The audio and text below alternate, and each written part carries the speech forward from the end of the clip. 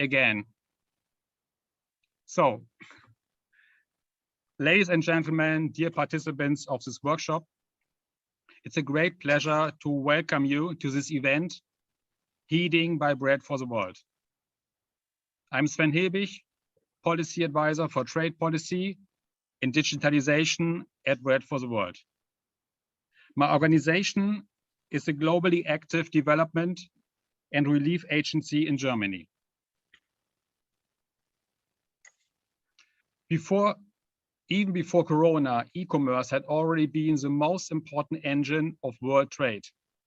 However, only a few countries and companies have benefited from this ongoing process, especially the US and China and their digital platforms. On the contrary, the Corona crisis has not changed this development. Today, the concentration of data, profit, and power on few corporations is pretty much higher than before the pandemic. At the same time, trade talks are being debated at the WTO concerning an agreement on e-commerce. While transnational corporations are calling for free flow of data, India and South Africa and some developing countries seek to establish data sovereignty. They are presenting new policies, including data localization requirements. What we would like to discuss in this workshop are following topics. Why is free flow of data such an important issue in these trade talks? Are there only two options? On one hand, free flow of data, or on the other hand, data localization? Or does exist an in-between solution that would be better for developing countries? And how should digital trade be designed in order to have an inclusion and poverty reduction effect?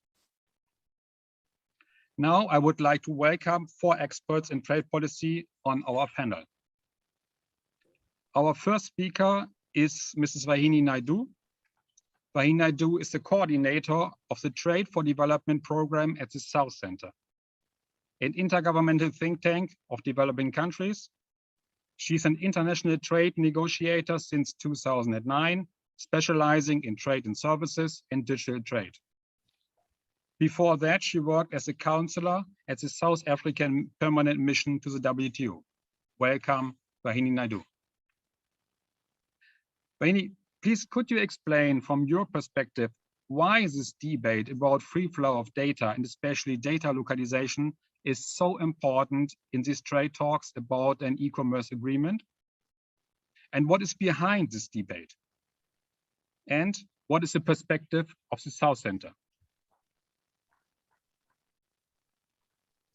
Okay, thank you very much, Sven, and thank you, colleagues, for extending the invitation to the South Center. Well, essentially, the debate that is increasingly being challenged is around the notion that data flows has a role in facilitating trade in goods and services globally.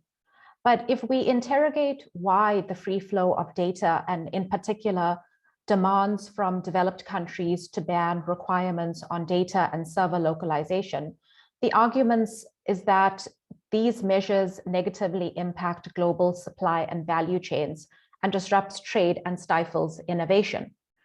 However, some of the arguments against data localization, that it's too expensive, have been challenged because there's a lot of evidence emanating now about the impact that new technologies are having and that have in fact led to edge data centers that are cost effective and close to consumers with hyper storage capacity. In addition, there's also evidence now that data centers are in fact the new factories of basically and how of the internet. Okay, hi, nice to meet you. We also have IoT applications such as smart cars, smart cities, etc., that is expanding data center demands.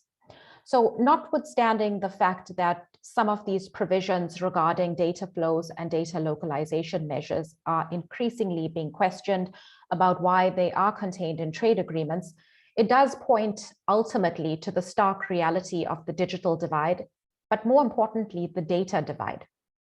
You see, the huge data divide de facto gives first movers competitive advantages because these countries have the data infrastructure to collect, process data, and convert it into information and knowledge, which are primarily digital platforms and big technology companies located in the north, where most of the data centers are hosted.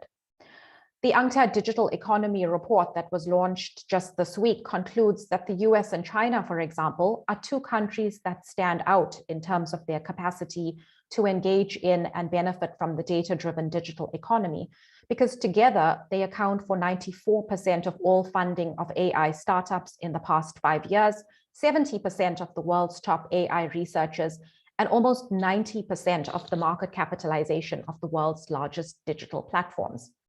But in practical terms, the free flow of data is actually a one-way flow of data coming straight out of developing countries and into developed countries, as developed countries have protected their own data with well-established data protection laws. For example, in the EU, we have GDPR, or there's countries that have the data infrastructure and associated capabilities to generate information and knowledge from the data. For example, the US Chamber Technology Engagement Center published a report where it states that innovation drives our economy and data centers drive innovation. So if data centers drive innovation for the US, for example, but data localization is very bad for developing countries because it stifles innovation, who should we believe? Data localization is somewhat of a contentious issue in the EU, as some members want localization, while others have a preference for the free flow of data across borders. For example, we have the EU's law on personal data protection through the GDPR, which demonstrates that the EU is pursuing the free flow of data through the prism of trust, privacy, and personal protection. And it also allows for the transfer of data to third countries outside the EU that it has determined provide an adequate level of protection. I also wanted to point out that, interestingly, the UNCTAD Digital Economy report highlights that data flows are different from trade flows because the existing institutions dealing with data flows do not have the capacity to determine data flows, and therefore data flows should not be part of the negotiations like the JSI on electronic commerce and in the CPTPP, as well as the report is calling for the global governance of data that should emanate from institutions like the United Nations. Just quickly to touch on China's cybersecurity law, insofar as data localization is concerned, they do have a law that requires critical information infrastructure operators to store certain personal information and important data generated from critical information infrastructures in China.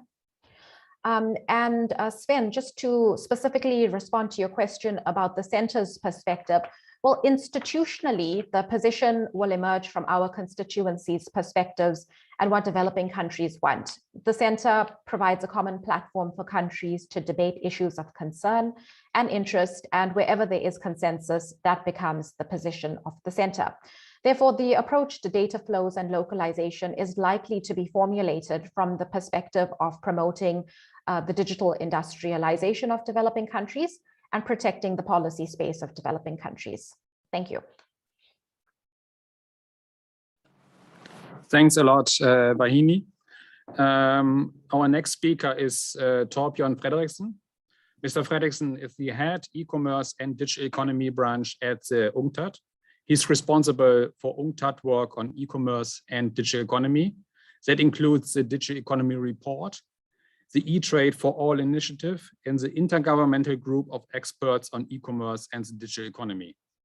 Before joining UNCTAD, he held positions at the Invest in Sweden agency and the Swedish Ministry of Industry and Commerce. Welcome, Mr. Frederickson.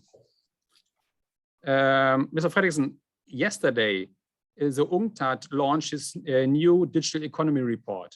The report pointed out that data is one of the key issues from a development perspective.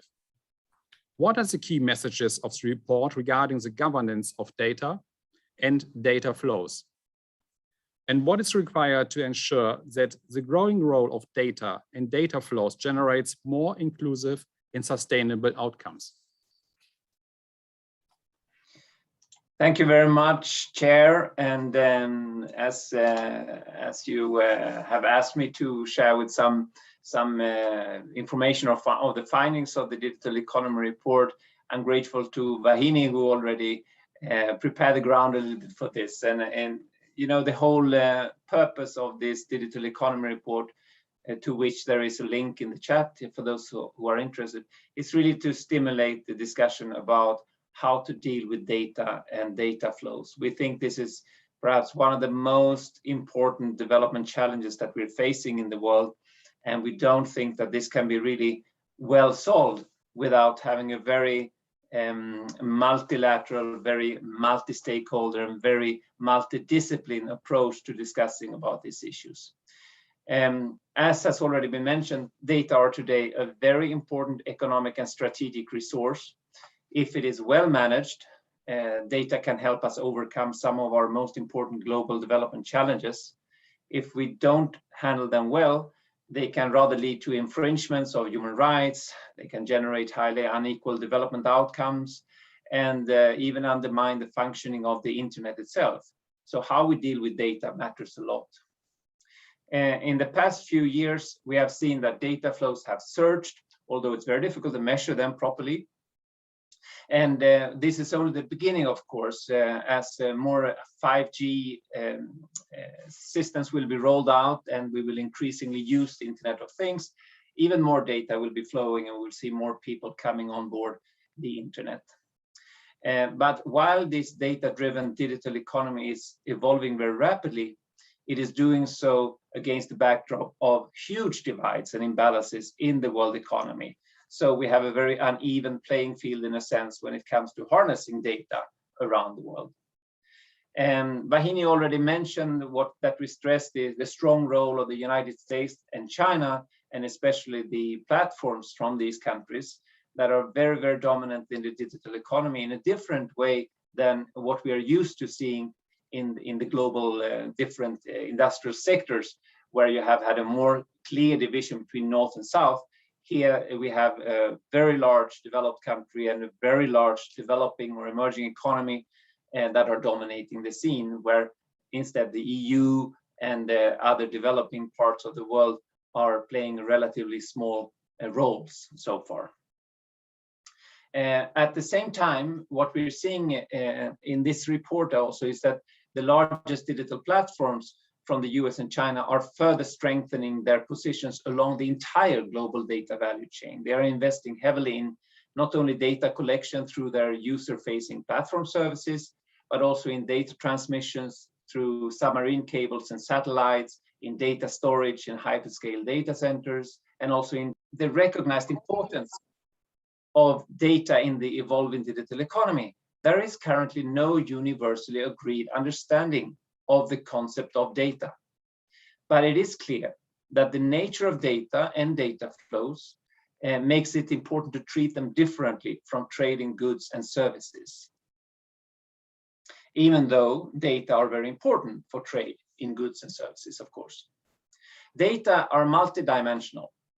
So if we look first from an economic perspective, data can provide both private value to those who collect and control the data, but also social value for the whole economy and society. But the distribution of private income gains from data is currently highly uneven. In terms of non-economic dimensions, data are closely related to the issue of privacy and other human rights, as well as to national security issues. So as a consequence, there is a range of development issues at stake here, which calls for adequate governance responses. It's very difficult to deal with all these issues through only a trade lens or only a privacy lens or only a national security lens. And this is the big challenge of dealing with data from a governance perspective. And when we look in the report about the current situation, the current different approaches that have been adopted by countries and regions to data and data flows, it's a very fragmented picture. If we just look at the three major players in the digital economy, there is very little consensus. Somewhat simplified, you could say that the approach of the US is focusing on the control of the data by the private sector. The Chinese model emphasizes control of data by the government, while the European approach favors control of data by individuals. This is a simplified way, of course, of describing it. And if we go around the world, we see that countries have chosen very different ways to govern data and to regulate data flows, which reflect, of course, various specific characteristics, different levels of digital readiness, and different policy priorities. But this silo-oriented trend towards governing data goes against the original spirit of the internet as a free, decentralized, and open network, and it raises a number of possible downsides. A growing number of international agreements are also dealing with data flows, as was also alluded to by Vahini. And we have currently a strong focus on the trade agreements, but there are also other areas, such as those related to privacy, data protection, and various economic partnerships.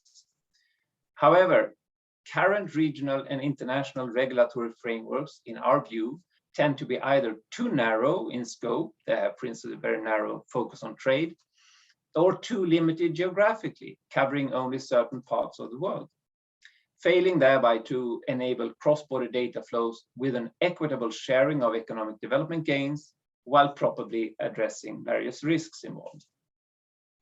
Now, the international debate on the governance of cross-border data flows is currently, as we see it, at an impasse due to diverging views and quite strong positions on how they should be regulated. There is a tendency to be looking at this in a black and white fashion by either very free data flows or very strict data localization requirement. I think it's very important to try to develop a new approach that's globally anchored to data governance that could help develop a more middle ground balanced solution that every country in the world can sort of buy into, because we have a common interest here in finding a good solution.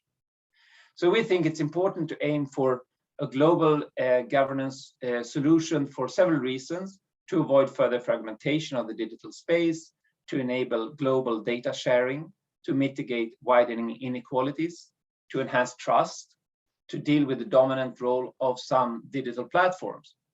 Because the growing market power of these digital corporations makes it increasingly important to consider platform governance also in the context of data governance, not separate them out.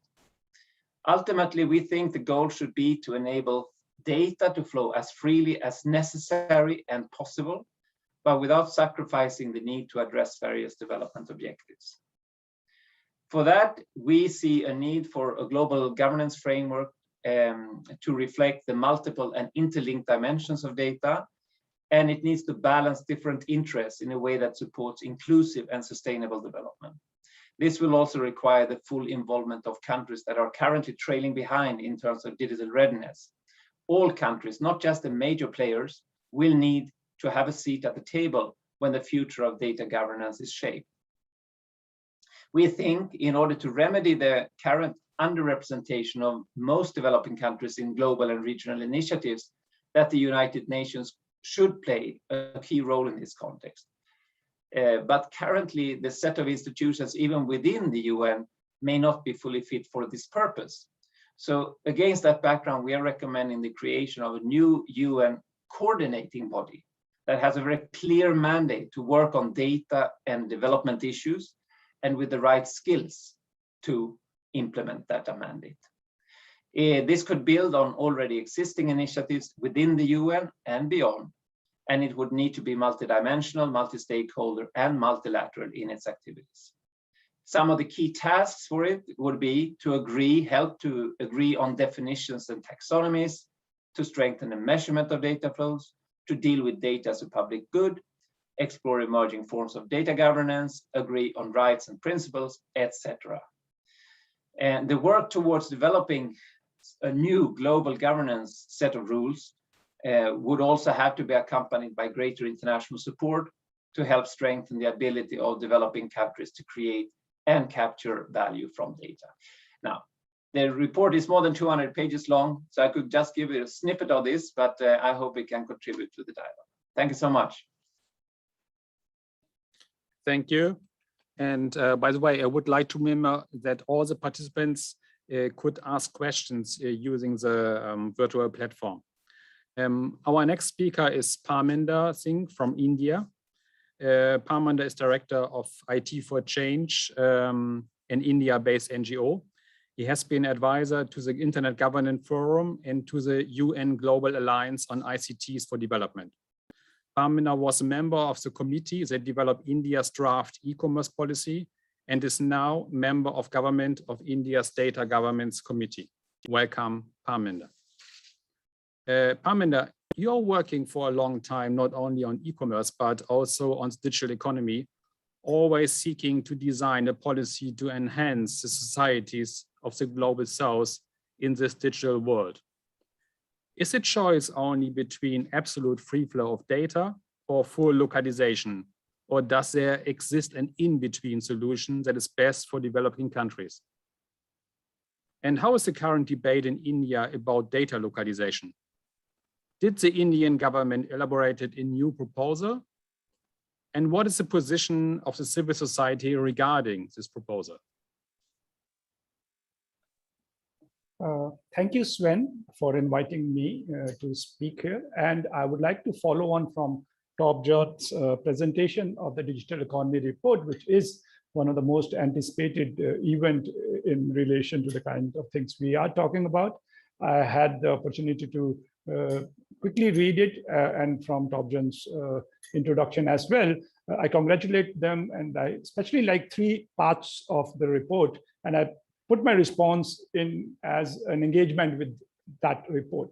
The first part is that they clearly have indicated that data flows really do not belong to the kind of WTO wrangling where it is caught in right now. And they have given theoretical and conceptual background for that. And I think that should lay many debates at rest and some doubts in some developing countries at rest. Second, and very importantly, they have spoken of a need to have a global governance mechanism which is holistic, not only dealing with the trade and the economic aspect, but dealing with the social, public goods nature, and all other aspects.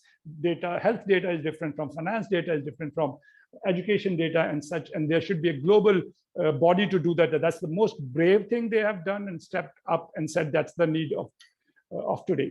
And third is that going towards what should therefore happen, they have started to look at the need to stop talking of data as one thing, but start categorizing data, have a taxonomy of data, and depending on what's the nature of the data, have access rights, control rights, and data flow possibilities around it. So all this is perfect. And I'm now go on from beyond this and make some comments and then connect it to some approaches which India has been taking. The report says that it should not be a part of the WTO wranglings, largely because it's not a nature of a good and services. And it later says that ownership is a difficult concept to talk about in terms of data, because it is a resource which can simultaneously be used by many people. But so is knowledge, right? And knowledge has intellectual property right frameworks around it. So what we need is therefore economic rights to data, and that's what India has done a lot of work on giving primary economic rights. That's what the term they use, which basically is ownership. Second part about categories of data, and I think where we need to do more work is on aggregate data. Nobody touches the aggregate data part because immediately aggregate data brings on in a collective subject, and India has gone forward and done again a lot of work about the collective so-called community subject of aggregate data, and I'm coming shortly to what that approach is.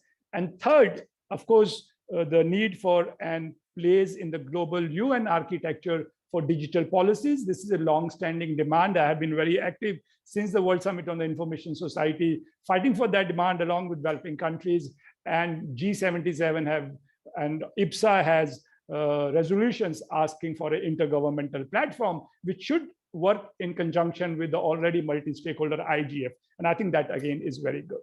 Now, coming back to what India has done, and though this report of India, the draft report of the Non-Personal Data Committee is referenced in the Digital Economy Report, but not the most important part. And if I may say it lightheartedly, I think somebody has done a control function and gone just to the data flow part of that report and seen that part. Now, the issue is that that's the least important part of that report, vis-a-vis even the subject on which the digital economy report is presented. The most important part is that they've actually gone and ascribed ownership of aggregate data to communities who are subject of data, and they've defined what a community is. They've defined what would community data be, data which is of which a community is subject, it pertains to a community, arises from a community, and so on, and also details what kind of economic rights that community has.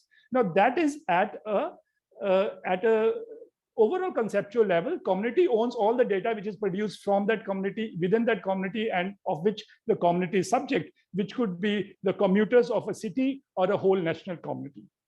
After doing this theoretical work, I understand is translation into practicality of what that ownership means is most important. And it actually lays out a community data trust structure whereby a data trust of community owners of data can ask for all those people who have collected data belonging to the community to share back that data and make it available not only for public good purposes, but also for commercial purposes of smart startups within the country. Now, that's a huge economic claim which has been put on data. And while Torbjorn's statements and the DE report itself talks about international data flows, the biggest problem developing countries have is about economic controls over data.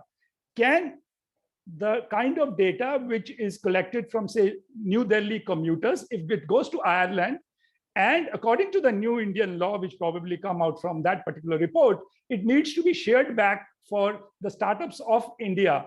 Is there a possibility that economic control can be exercised? We don't just need law enforcement access, we don't just need regulatory access, but we need be able to access data about us for our own industry. And this is a framework which has been laid out. It's a beautiful framework where not only government controls everything, but community as commuters or farmers in a district, they control community data trust, which can ask data back. And there is to be a legal legislation which will provide that ownership rights. So the question which you are asking whether all data should be banned, that is extremely a stupid thing to say. Even as I participate in this meeting from Delhi, data flow is taking place between Geneva and India. Now, how can that data be banned? Nobody's asking for that. So the question is not about banning data. Nobody talks about it. It's the kind of economic resource, especially the aggregate economic resource, and that data belongs to those people. It will be very odd if health data is collected,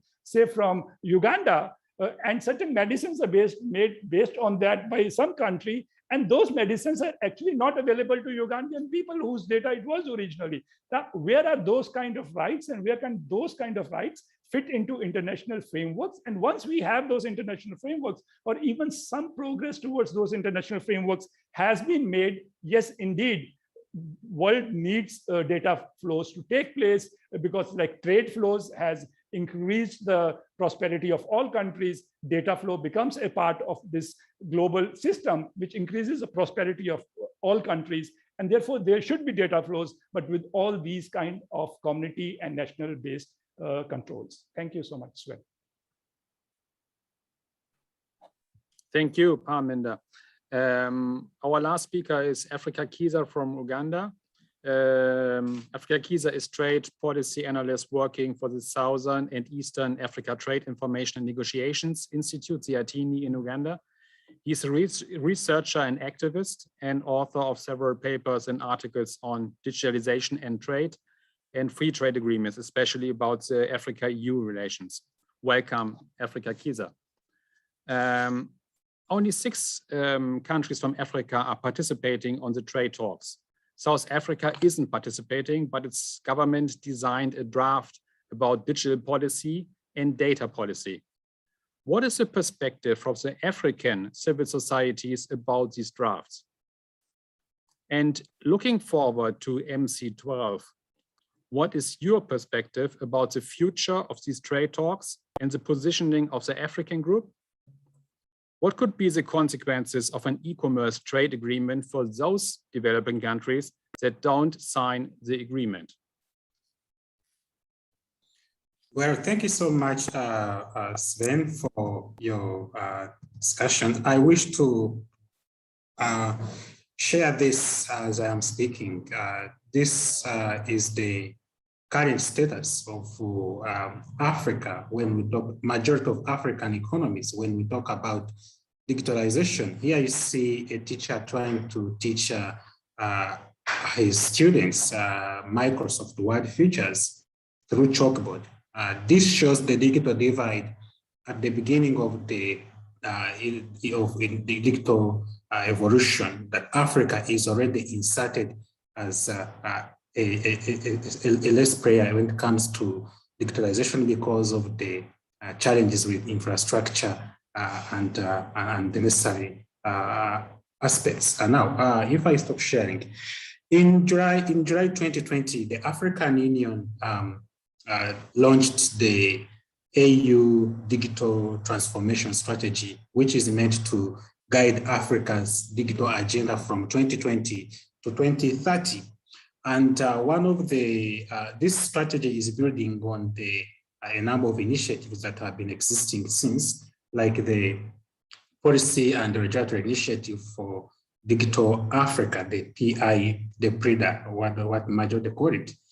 And the digital transformation strategy of 2020-2030, apart from what other countries like South Africa has put in place, it looks at integrating Africa through digital aspects of social, cultural, and economic, including other parameters like digital governance, digital education, digital agriculture, digital trade and finance, and all that. So we would say that currently Africa has a digital transformation strategy. But again, a careful read and analysis of this strategy brings out inherent gaps that are very important to consider if Africa's place in the digital economy is to be defined. One of these gaps, for example, is there is no strong provisions on technology transfer, which to us civil society believe that in order for Africa to be able to cross the digital divide, issues of technology transfer, especially to support Africa in upgrading digital and data value chains, and to counter what UNCTAD has warned, that Africa is likely to be the supplier of raw digital raw data and a consumer of digital products than a producer of digital products. To be able to counter that warning, it is important that we have technology transfer is integrated into this. Again, the policy and the strategy does not have strong provisions on local content, especially local presence. Now, this, of course, has become a very stingy issue when it comes to discussions about domestic resource mobilization and taxation of the digital economy in Africa, especially in an era where illicit financial flows have mutated to become illicit data flows, and where tax evasion has also mutated into data havens. So the current challenges of Africa to be able to utilize to use this strategy to be able to tax big tech companies, that is also a challenge, because the current rules in the strategy do not permit it to do so. And as Africa, as civil society, we believe that this is not really a very smart move, because in COVID-19, Africa's debt levels have tripled, and in terms of debt GDP ratios, we are now hitting 60.2%. So there's a need of how to reorganize. And one of the issues is how do we tax the digital platforms? And unfortunately, our taxation laws are still rudimentary in a way that we look at taxing those companies that we have on our tax radar. So the current strategy does not support that. And also the issues of no supportive infrastructure. When I shared that photo, it was to show Africa's current place when it comes to data, when it comes to existing infrastructure, in terms of access to high-speed internet, but also in terms of broadband connection. And lastly, of course, on that particular aspect, also, we have internal policies. As civil society, we are opposed to the continued internal policies that are being utilized by African economies, which are stifling also, e-commerce and other aspects. For example, we continue to see African governments shutting down internet, and also the challenges of taxation of data, which also, again, disrupts local and regional digital value chains, but also digital trade.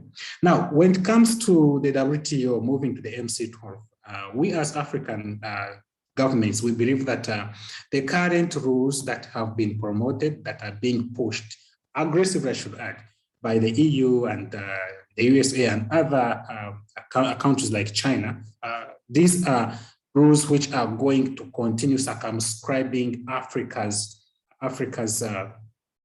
place when it comes to the WTO, to global trade. Africa's trade is already is still low, as in terms of share is 3%, and again it is as a producer and supplier of raw commodities. And again, with the current rules, we believe that the current positioning of Africa in these talks is going to facilitate the continued placement of Africa as a lower participant in the digital value chain. So for us, we believe that the current rules do not support a transformative agenda, a transformative digital agenda for Africa to be able to increase on her pace and positioning in the global trading system.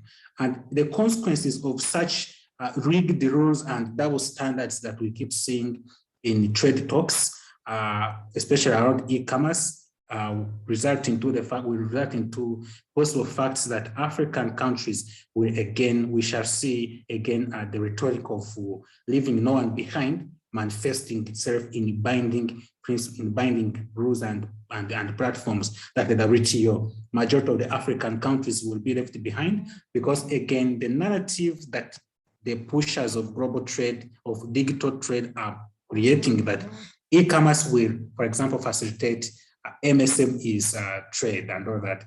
That does not really, but we don't buy that narrative, because again, challenges of MSMEs, which have been, for example, way back, been not addressed in the Doha round and other reforms. For us, we think that this is more of like a rigged agenda, so that many African countries will be left behind if the current rules and if the current agenda of the WTO is not fine-tuned to ensure that the reforms put into consideration the long-standing demands of African countries, but also look into the capacity challenges of African countries to be able to climb the digital value chains as competitive actors. Thank you so much. Thank you, Africa Kiiza. And now the floor is open for the audience, and we already received some questions. The first question is for Mr. Frederickson. Mr. Frederickson has not made the case for a global set of rules on data. Why is that in the interest of developing countries? If data flows are different from trade flows, then should they be taken out of trade negotiations? Mr. Frederickson? Yes, thank you for that question. We think that currently, if you look at the situation around the world, most developing countries are not really at the table when discussions are taking place on how to govern data. We know that in many developing countries, especially least developed countries, even national legislation is still lacking on, for instance, data protection and privacy. And we think it's very important, because the way the world is evolving now, with more and more digitalization of more and more economic and social activities, there will be a generation of data in all countries increasingly. And the way that the internet is operating, that means that data will be flowing across borders. And it's very important that all countries have an understanding of what that will mean for them from many different dimensions, both in terms of data being able to flow into the country and data being able to flow out of the country, and to define the rules and the regulations that will determine the ability of actually to take advantage of this data. And we don't think that this issue will be fully solved if we don't try to agree on common approaches for the globe as a whole, because this is really an issue that influences all the sustainable development goals in various ways. And that's what's stressed by Parminder earlier. Different data have different implications, but we still need to have a common understanding of this situation. And in the process of defining how we should deal with data for the long term in the world, we need to have a global discussion. We need to have a global dialogue that really reflects all the perspectives of all the countries and stakeholders. If we confine the discussions to only a trade perspective, it will be very difficult to factor in all these dimensions in the debate, because a trade negotiations is really focusing on an economic exchange between countries. And we think that data matter a lot for trade. There's no doubt about that. But first and foremost, data flows and how we deal with data is first and foremost a development issue. And for that, we need all the different countries of the world to participate in this process. Exactly what this will result in is too early to say. Right now, we have a fragmented situation in the world, and it's not conducive to a common agenda for promoting benefits for all in the world. And currently there is much greater possibilities for certain stakeholders, certain countries and certain corporations within certain countries to take full advantage of what is going on in the world right now. And we don't think that that is sustainable for the long term. So from that perspective, we think it's extremely important that this dialogue and the development for data governance is really global in nature. Thanks, Mr. Frederickson. I guess it's really a key question. So I would like to ask the other three speakers if they want to add something.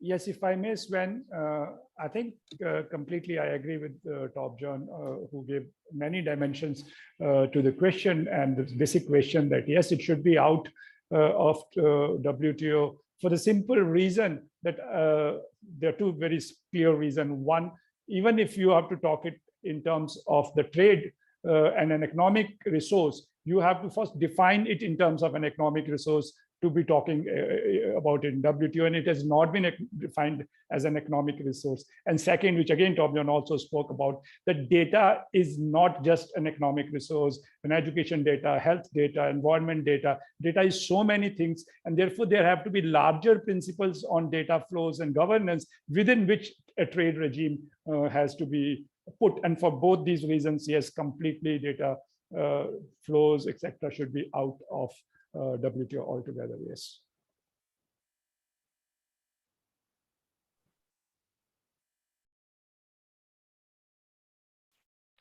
Hi, Sven.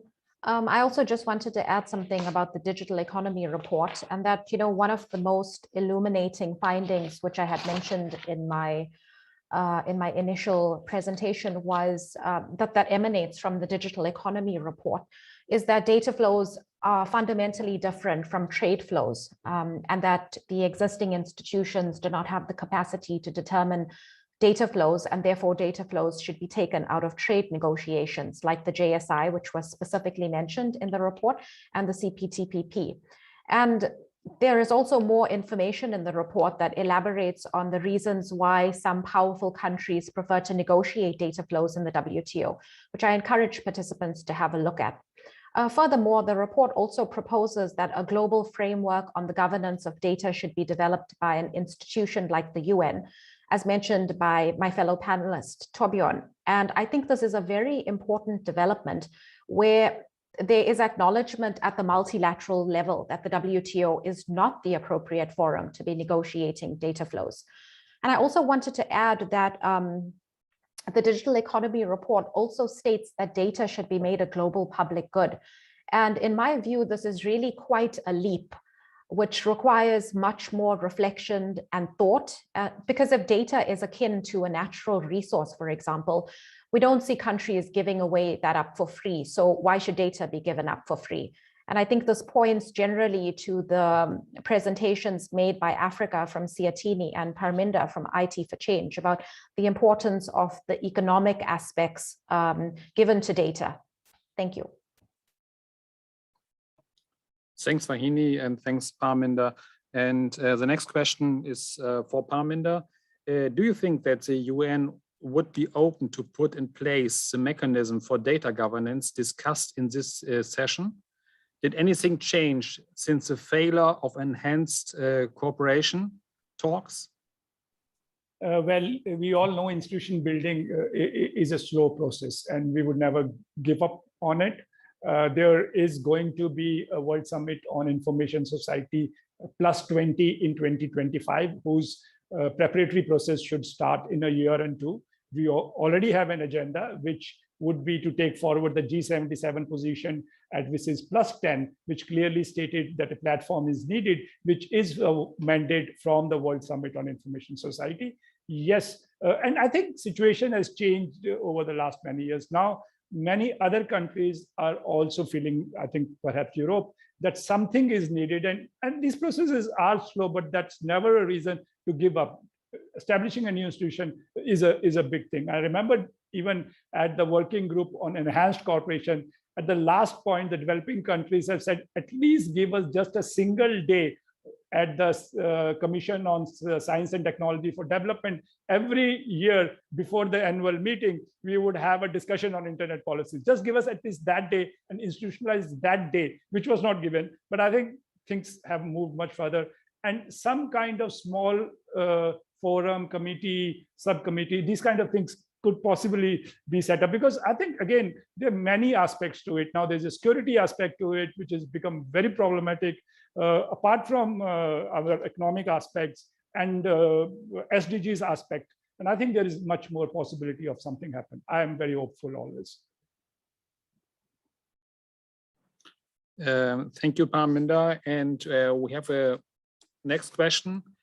Apart from data, what are the conditions for e-commerce in developing countries? Maybe Africa, you would like to start with the first answer? Yes, thank you so much. Of course, apart from data itself, there are other important requests, key asks, developing countries. And one of those, for example, is local presence, because again, developing countries are still struggling with aspects of unemployment, but also in terms of taxation. When you look at the UNCTAD report of TDR of 2019-2020, it shows how much Facebook, for example, generated in Africa and how much of the taxes were paid to the United States and how much, so you could see that a lot of taxes were paid to the United States with other countries just getting peanuts. So for purposes of domestic resource mobilization and also for purposes of employment, local presence is very important. And then also the aspect of course, technology transfer, like I indicated, is also very critical, because again, Africa, like UNCTAD always puts, is disadvantaged that under premature industrialization, again, Africa now also is a latecomer when it comes to digitalization. And so in order to have a transformative digital structural agenda, we need to ensure that we have, and the technology should be appropriate technologies, but also which should be able to be induced into African economies to propel the development of regional and national digital value chains so that we can be competitive. Thank you. Thank you, Africa. And now one more question to Mr. Frederickson, and you have only 1.5 minutes to answer. Sorry, considering the current text on data flows under negotiations, the plurilateral negotiations, in which specific ways you think this proposal is harmful to human rights and development? Thank you for that question. I'm not really in a position to judge the current text. As you know, UNCTAD is not really at the table when these texts are discussed, so I wouldn't be able to judge. But I think it's a broader issue. It's not my main concern is not that this is being discussed in the context of trade, but it cannot only be discussed in the context of trade, because data is more than just a trade issue. It's a much broader development issue. That means that we need to have processes and mechanisms to bring in a more holistic way the various dimensions of data, and not just see it as a purely economic issue for trade negotiations. I don't expect that the existing clauses in existing trade agreements will go away, and that's not the main issue. But just focusing on the extent to which countries have a right to regulate the flows of data going in and out is a too narrow perspective. I think it's quite interesting when we look at what kind of legal documents or legal tools do countries use to regulate cross-border data flows today at the national level. And then you see it in such areas such as data protection legislation, cybersecurity legislation, taxation policies, even going to accounting rules, and in many other types of documents. And this just shows the multifaceted nature of data. And in most jurisdictions, the owner of the issue of data and data flows is not the trade ministry. It's other parts of the governments that deal with privacy issues, security issues, and so on and so forth. So I think it's very important to have a more holistic approach to this, just to ensure that all the other dimensions are properly reflected in discussions. Thank you, Mr. Frederickson. Unfortunately, we have only 5 minutes. Finally, I would like to address 2 last questions to our panelists. How should digital trade be designed in order to have an inclusion and poverty reduction effect? And what could be the role of the UNCTAD, national states, and the WTO in achieving this goal? And may we get your short statements, only 1 minute? And Vahini, may I ask you to begin, and then in the same order as before?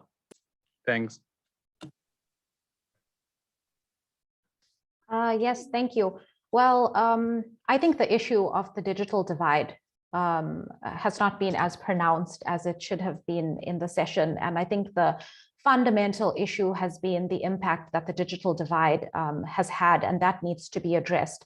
So it's not only through developing your data infrastructure, but it's developing the entire ICT infrastructure and backbone infrastructure, which includes access, affordability, and then comes in the importance of building your data infrastructure, your capabilities and processing capacities, etc.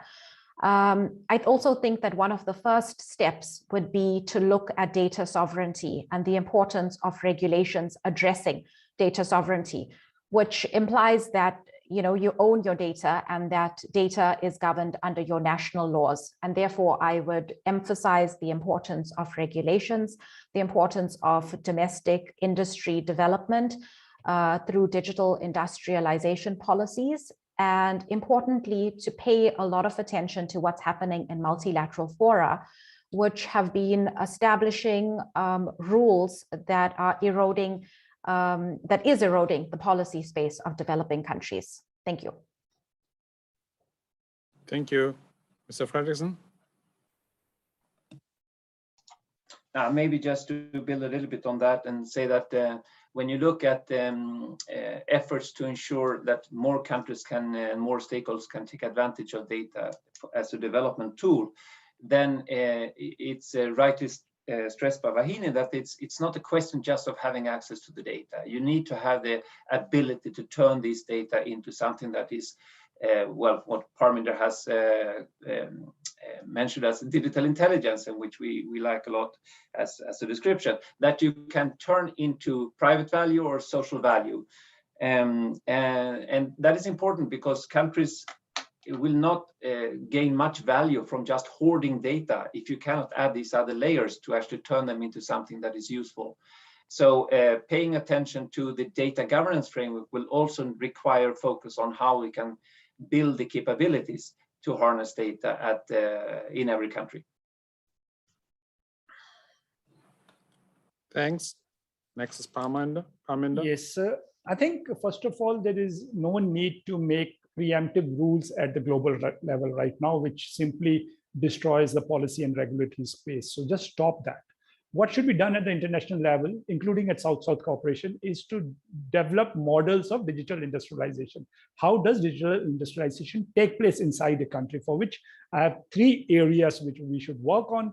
One is, after we make rules of digital and data sovereignty, which Vani talks about, we have to develop data infrastructures. And that's what the Indian report talks about, developing data infrastructures in major sectors, which data is then made available to startups, is collected from all sources. So first is make data infrastructures, but also other digital infrastructures where government of India is actually making platforms, which are common platforms like the unified payment interface in India, but also in agriculture and education and health. Second part is platform regulation, where you have to even cut some portions of business lines, split the platform power in various ways, including along the technical layers. And the third is that we have to go sector by sector, and some sectors may need to be reserved for local startups, as we have done for industrialization, the old industrial industrialization. And some sectors may be reserved for joint collaboration, where a foreign actor comes for 10 years and builds the local capacities, and others are open, depending on the sector and the local capacity. So these 3 things for digital industrialization are necessary. And I pass on to Africa, please. Thank you. The last, Africa Kiiza. Yes, thank you, Sven. Just like we had the scramble and partition of Africa in 1881 to 1914, we keep seeing a manifestation of the division of Africa when it comes to discussions on e-commerce and digitalization in the WTO. Many African countries have fallen prey to the pressure from the big boys in the WTO to be able to break the African consensus on a single voice when it comes to digitalization. So in order to be able to promote, or to ensure that the digital transformation agenda works for Africa, it is important and paramount that African countries speak as one when it comes to the WTO and MC12. So it is paramount that the GSI and other agendas on the WTO agenda should be able to respect the consensus of African countries, and also African countries to move as one to avoid looking at having approaches which are also ironical and which are contradictory to what the African digital agenda seeks to achieve. Thank you. Thank you, Africa.